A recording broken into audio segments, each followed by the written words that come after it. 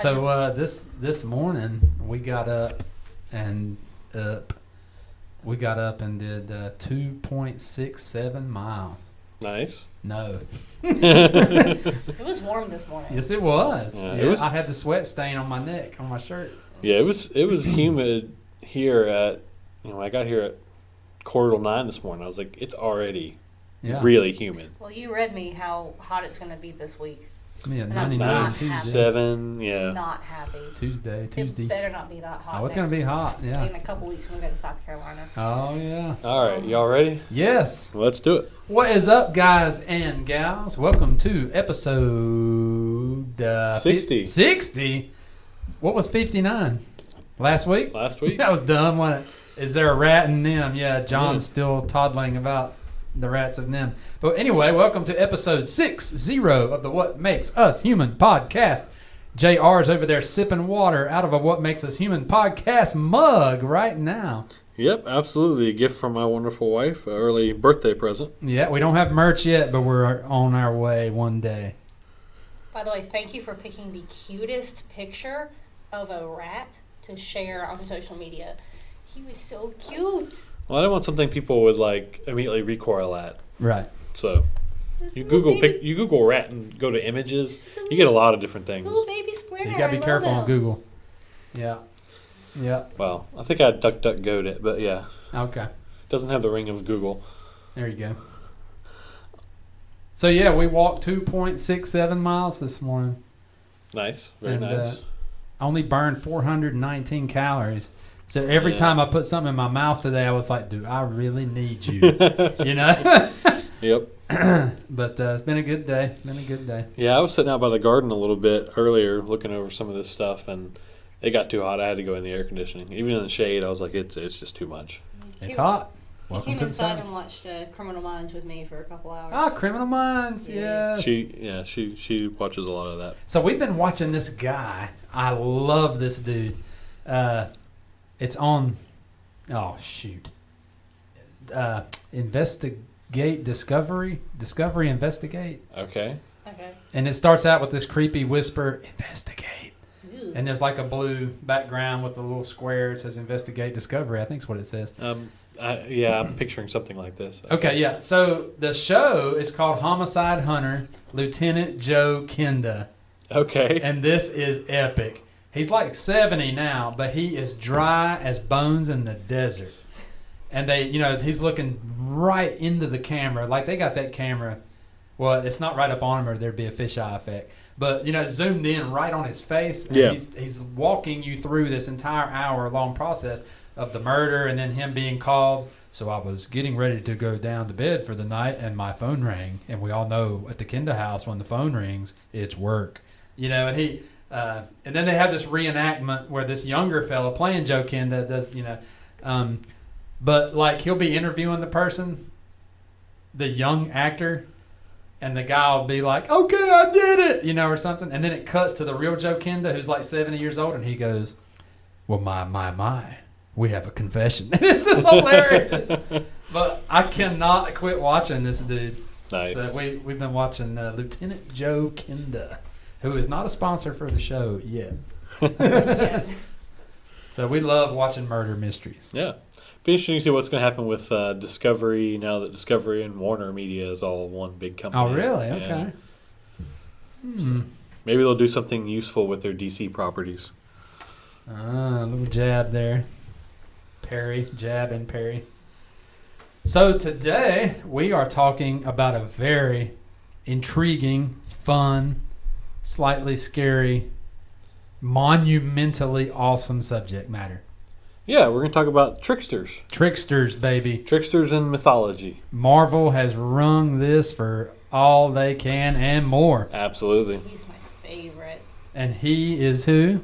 Loki. Yeah, so Jared, you're going to talk about Loki some, right? Yeah, I was going to start off talking about Loki, and I think you have one, and then I'm going to kind of hit some highlights of several different. We're going to kind of talk about what all of this kind of tells us. So it's creepy.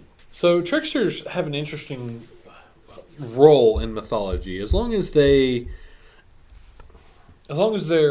actions are seen as like playful or or even mischievous, we're usually okay with it. The audience usually receives that well. Right.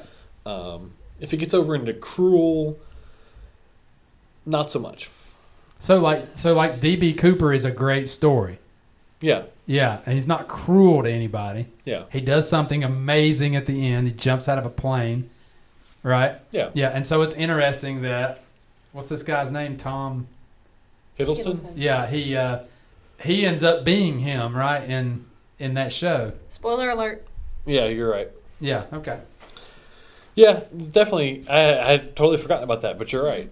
But how this is perceived by the audience can also be affected by who the trick is being played on.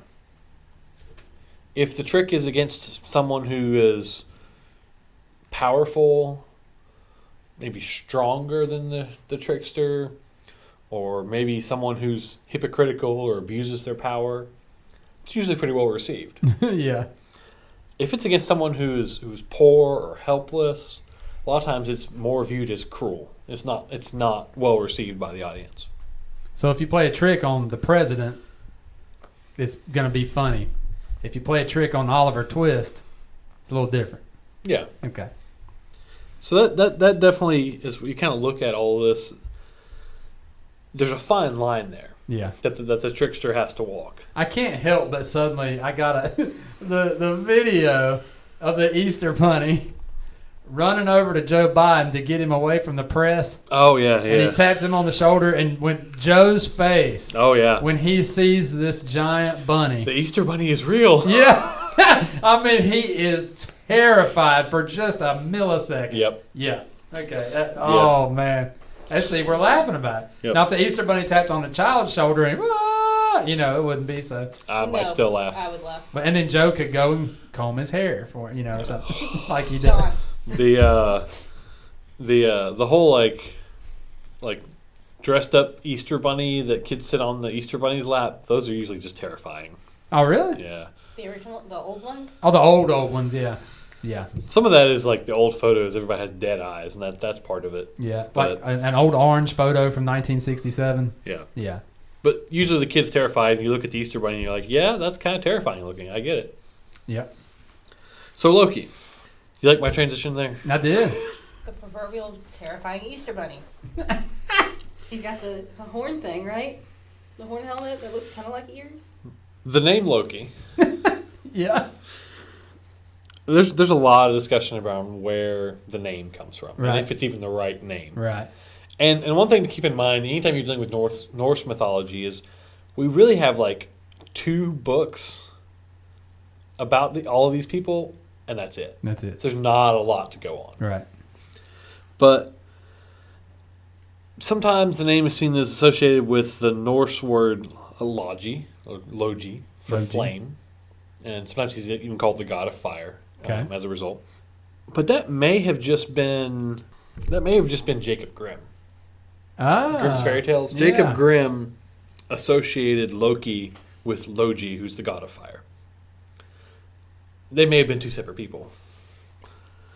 Sometimes every once in a while when you're studying this stuff, it's like you take the fun out. It's like you learn the magic trick. I mean, You the pull others the fun out of it. Yeah, right there. the others are equally interesting. The Germanic root Luke, L-U-K, has to do with like knots or locks, which is interesting in its own right as it pertains to this character. Other scholars see it as a shortened name for Lucifer, or the Old English word loca, which meant prison. That's particularly interesting if we think about something that happened later in Loki's life. Loki, there's a lot of there are some different versions of this in spite of having limited material, but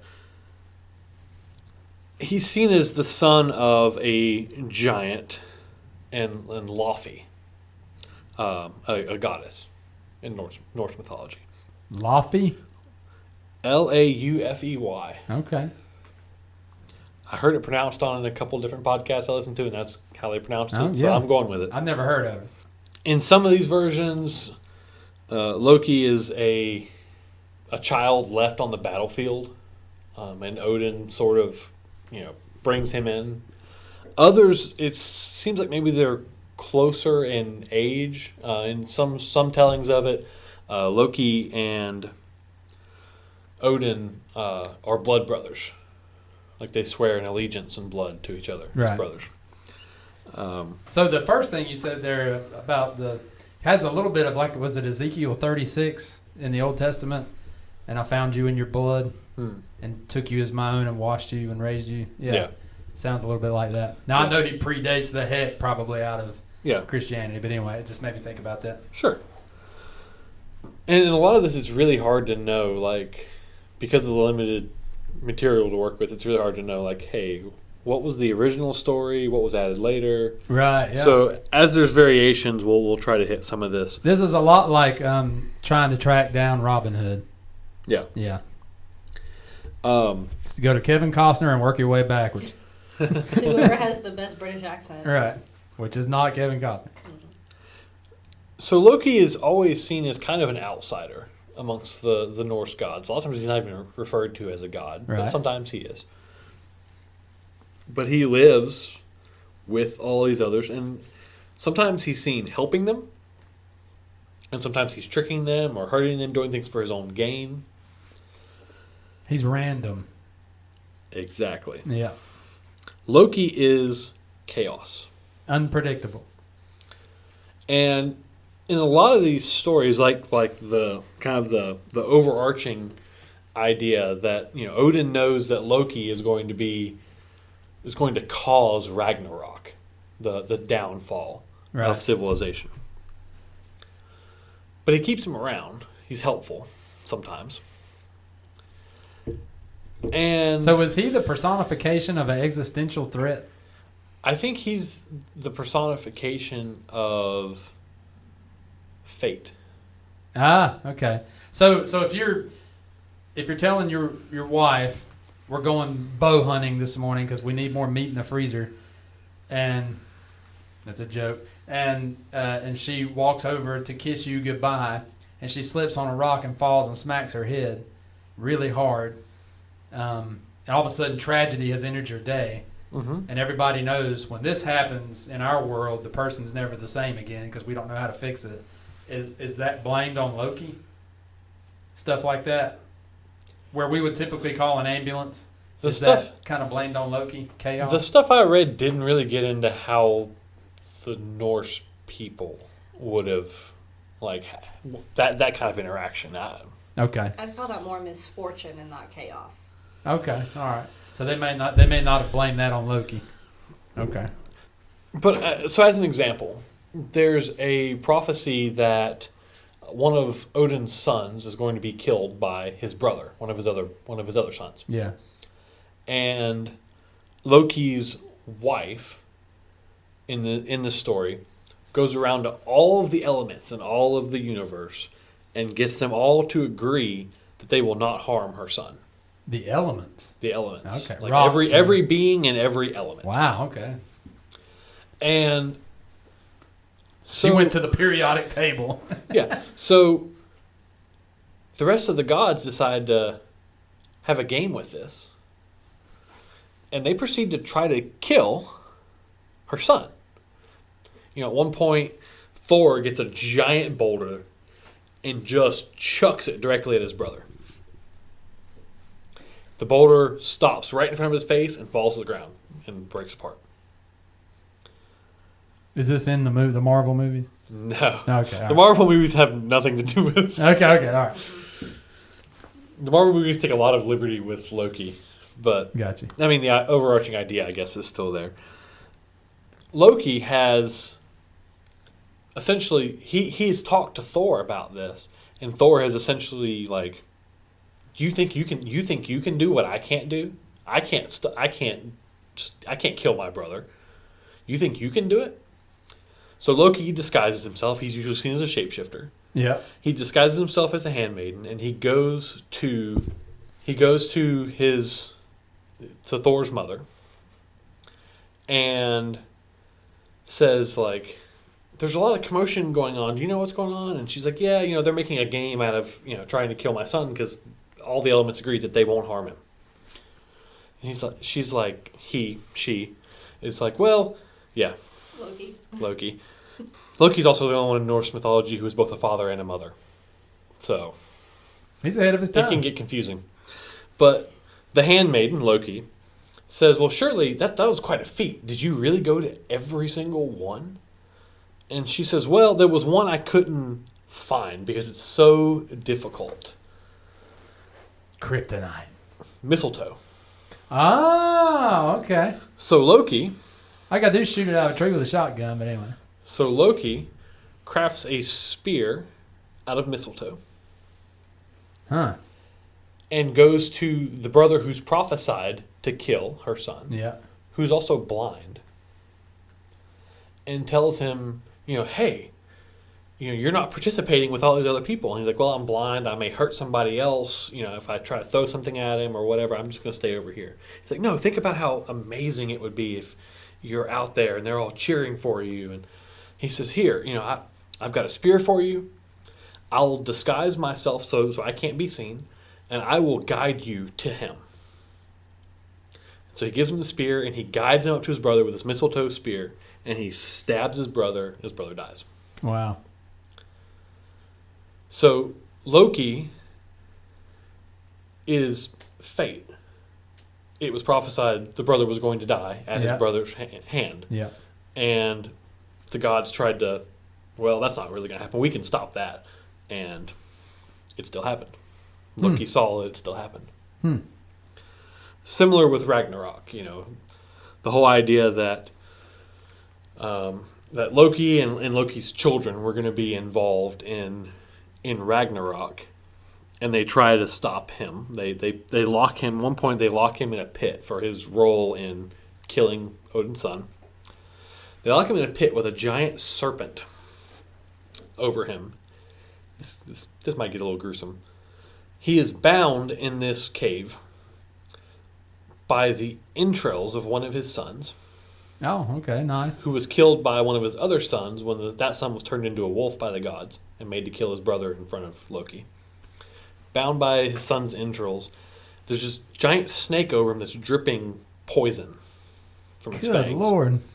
I feel like Maury Povich is somewhere with an envelope in this. So Loki's wife stays by his side with this large bowl, catching the poison that's supposed to drip on Loki. Oh, okay. But the problem is the bowl gets full. And every time the bowl gets full, she goes to move it, and some drips over the side, or she moves the bowl and poison's leaking and dripping down on him now because the bowl's not there.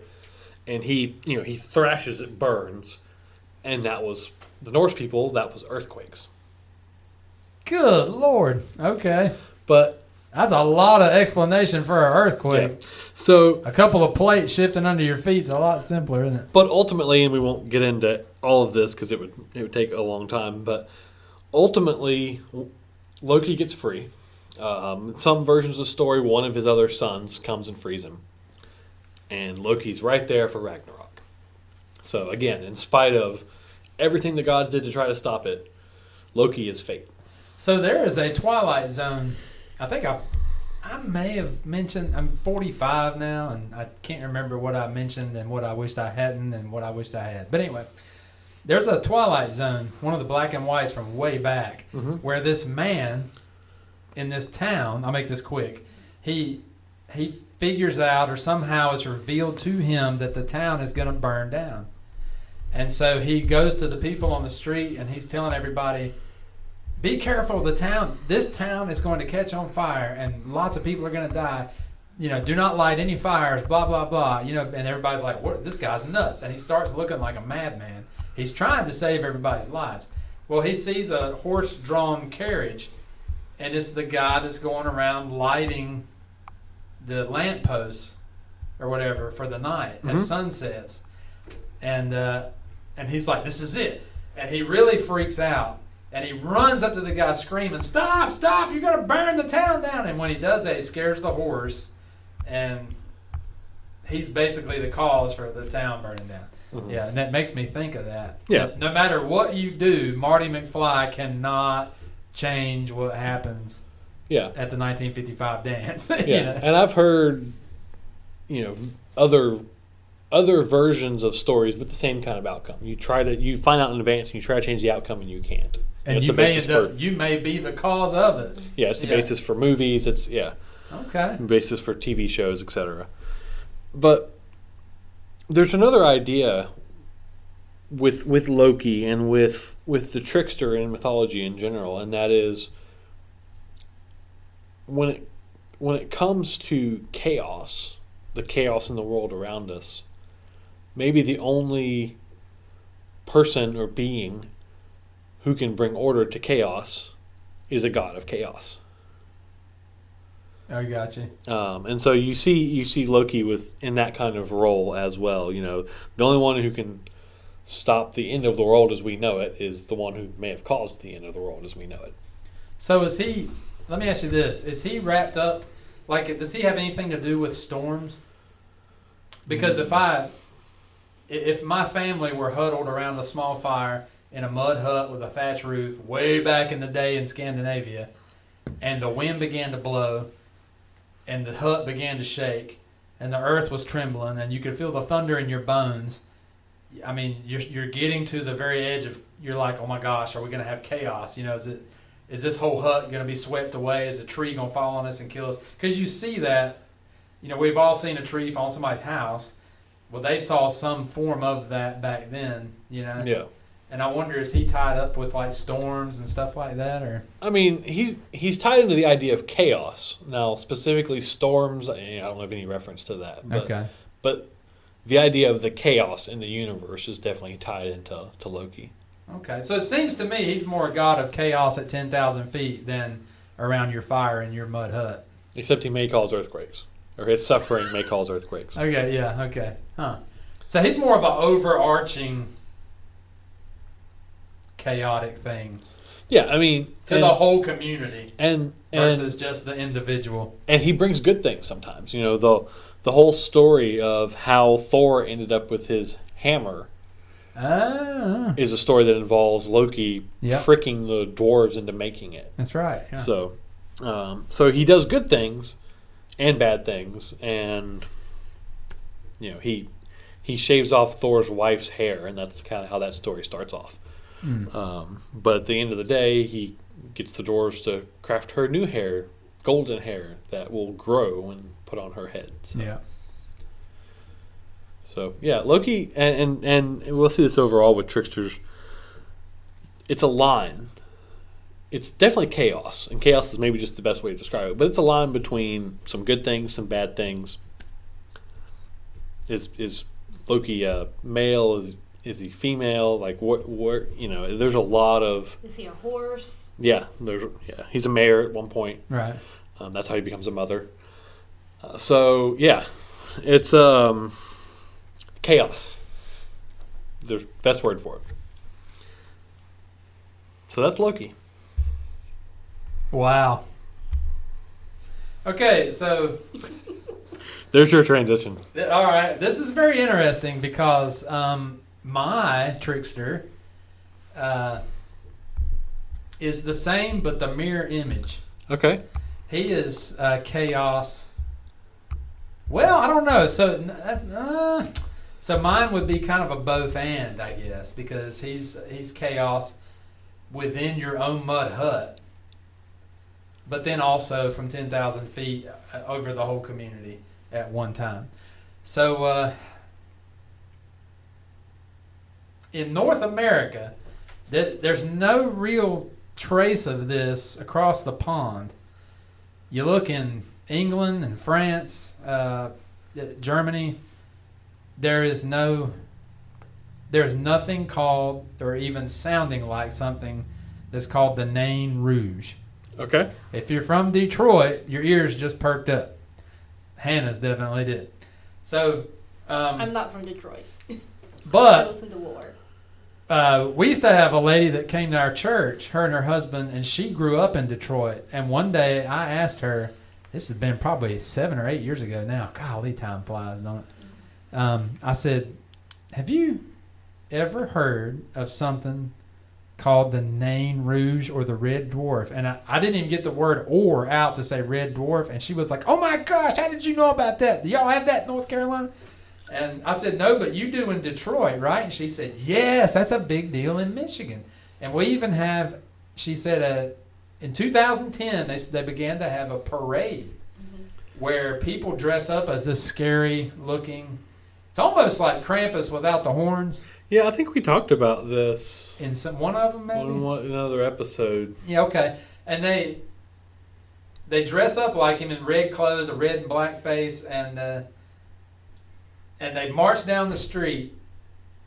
And they go a long way, and then they have, there's elephant ears and popcorn and blah blah blah, drinks and stuff, and beer, and they get to this huge effigy of. So it's like it's a caricature of the Nain Rouge. He's a itty bitty, scary looking, like old man with a red face and red clothes. Yeah. But when they get to their their manifestation of him, it's this giant, enormous Nain Rouge, and they beat it with sticks and whatnot as a community.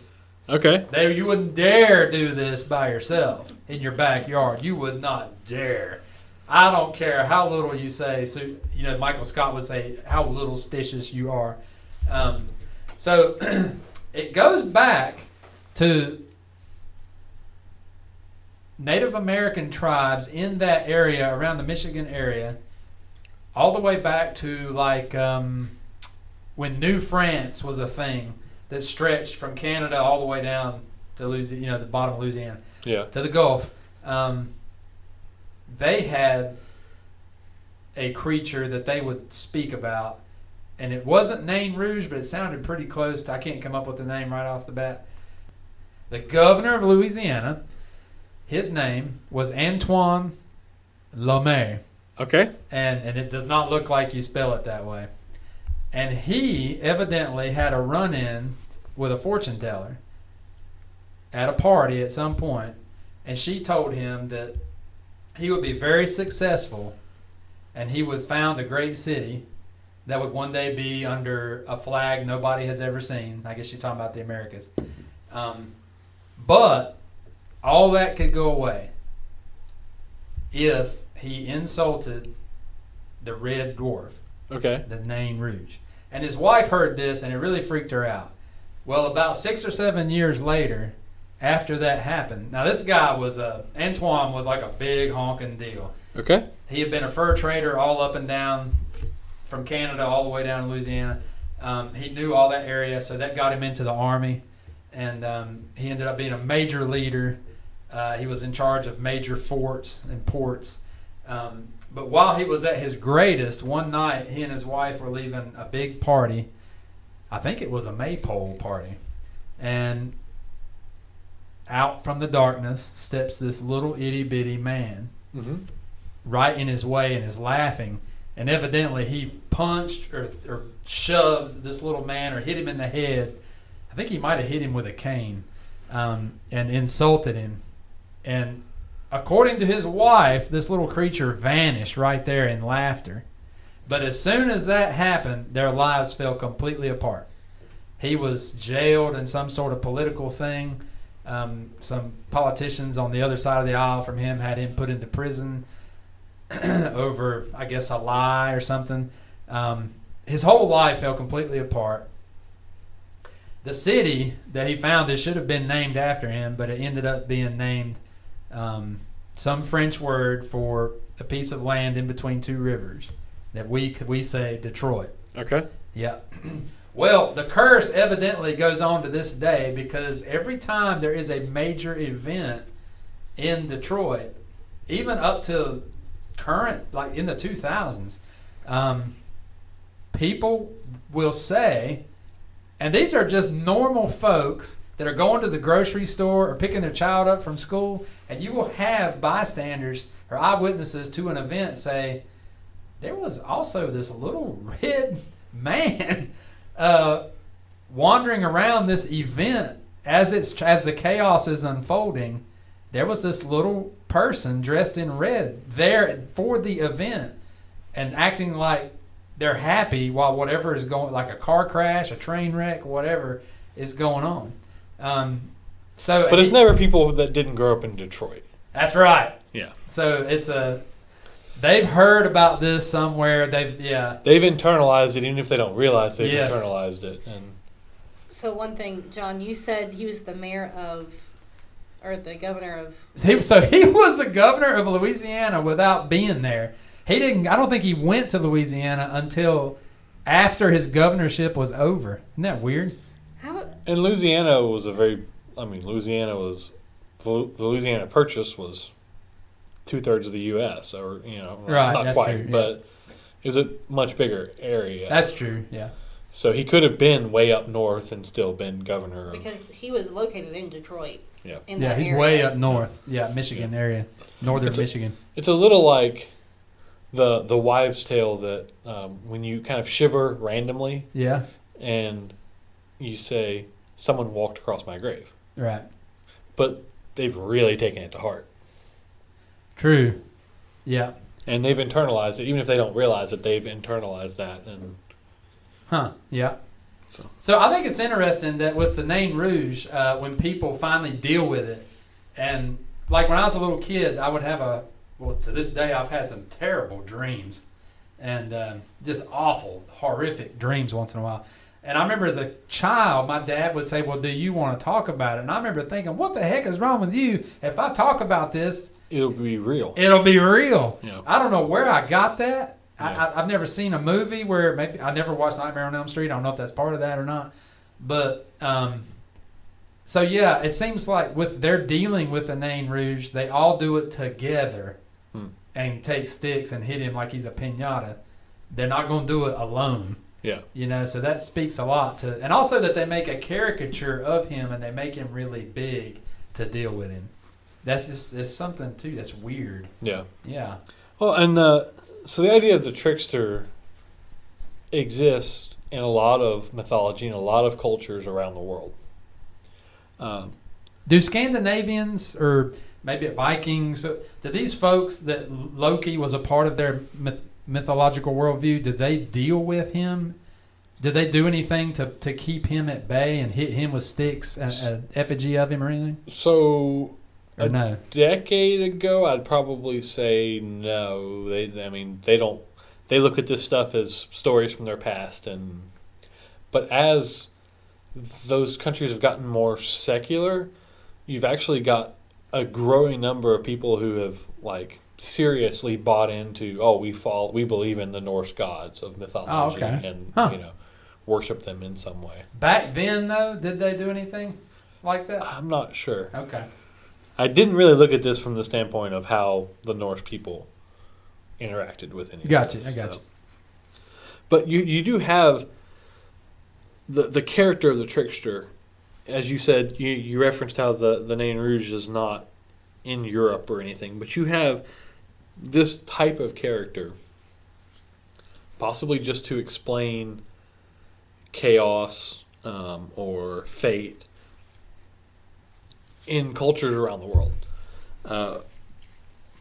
A few I looked at as it relates to America, there's the story of Big Turtle, Right. from the Pawnee people in the Central Plains. Okay.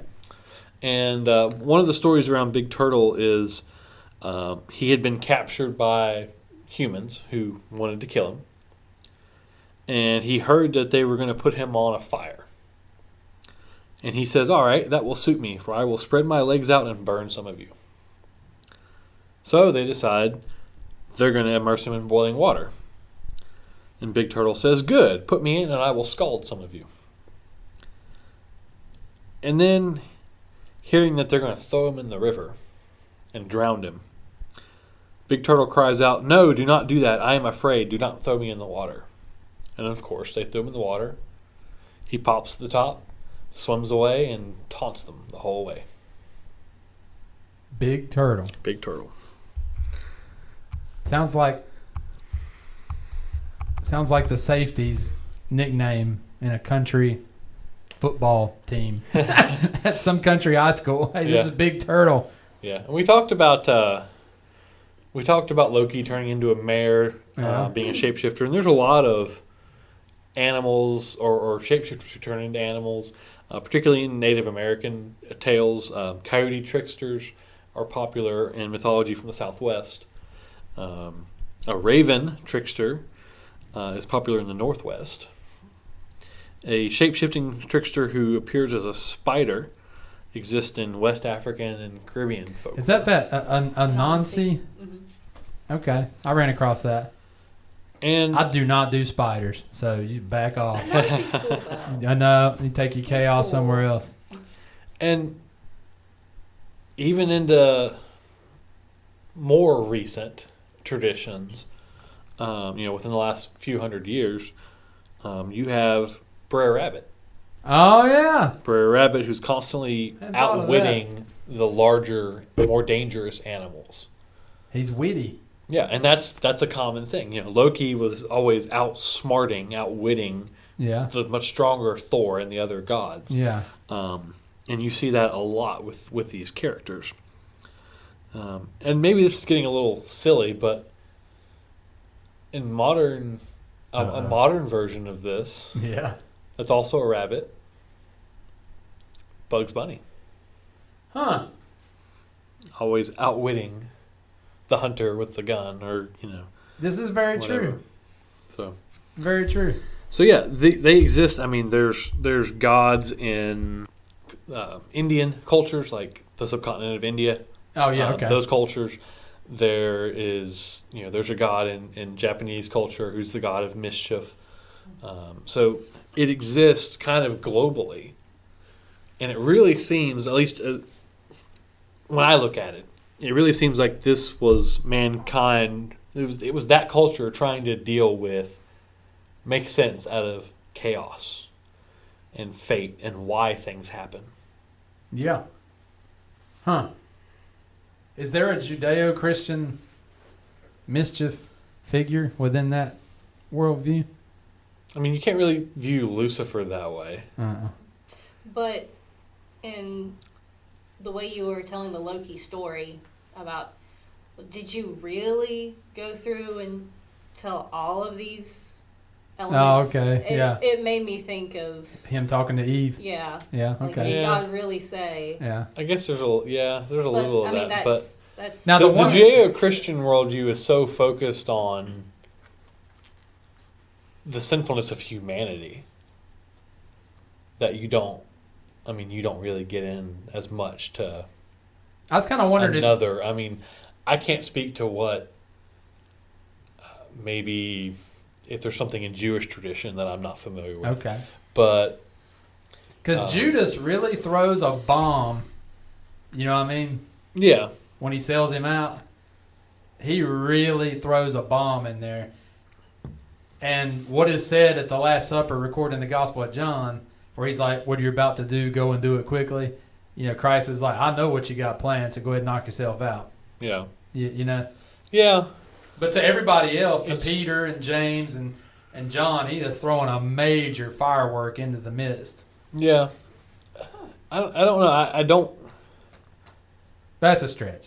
Yeah, I have a hard time associating any of that to an agent of chaos. Like, Yeah, okay. I guess you can make an argument for it. Right. Okay. I guess you could have some one-off examples like Balaam.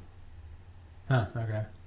Kind of turning on his own people or whatever. But Yeah. again, not really the same kind of thing. Yeah, okay. Now are you the trickster in you and your brothers? Didn't this come up last week? I have been told this. Yes. You're Loki. Yes. I have been told that. So you're By both my brother and my wife. What is the insurance guy? He's Mayhem.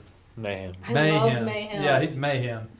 Yeah. See, that's why I was thinking of him, and that's why I kept going to storms, your wife falling and hitting her head, because that's chaotic. To that family unit, that's chaos. Yeah. Yeah. And possibly, I didn't really look at how Norse people interacted with this. That's certainly possible. Yeah. Okay. But yeah, and I would say I'm probably a lot less like Loki than I used to be. But all right, John, you got anything else? Yeah, I got one other thing. All right. There's this in Celtic lore. There's something called the Bugel Nas, Okay. and this thing is ugly as homemade sin. Was this the one where they threw potatoes up against the wall or something to get rid of it? I never. No, I don't think. We talked about that in a Here, previous Hannah, episode. Here's a picture. So, the Boogle Nas is a nice, friendly, but very lonely creature. He's the last of his kind, and he is. Now, see, he's not chaotic. He wants to be a part of community, but he can't. Because he looks like that. He's so frightening. So he has to. He knows that it's his fate to be alone, except on Halloween night. Okay. When his appearance won't be so shocking to the people. Because they're all wearing scary masks. He can come out and associate with humans at that, one night a year. But the rest of his life, he's stuck in, not privacy, aloneness, solitary. Seclusion. He's stuck in seclusion. And he is frightening looking, let me tell you. At least pictures. I'm talking about him like he's real. But, and what's funny is we talk about this stuff and we're like, that's not real, But then, buddy, you get alone on a country road on your bicycle at 1 a.m., all of a sudden all this crap is real. So before we get done, I had a story I was going to open with, but we'll close with it. Okay. So I've been looking into this stuff. I'd run across the Boogle Nas this morning after my walk with my wife in the sauna morning that we had in North Carolina. Well, this afternoon, we do some reselling as a family. I ran across a lady that's getting rid of close to 200 books. I said, how much you want? And she said, you can have them, just come get them. I said, 10 for it.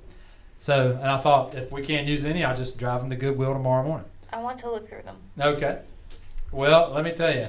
So she gives me her address. Okay, I said, all right.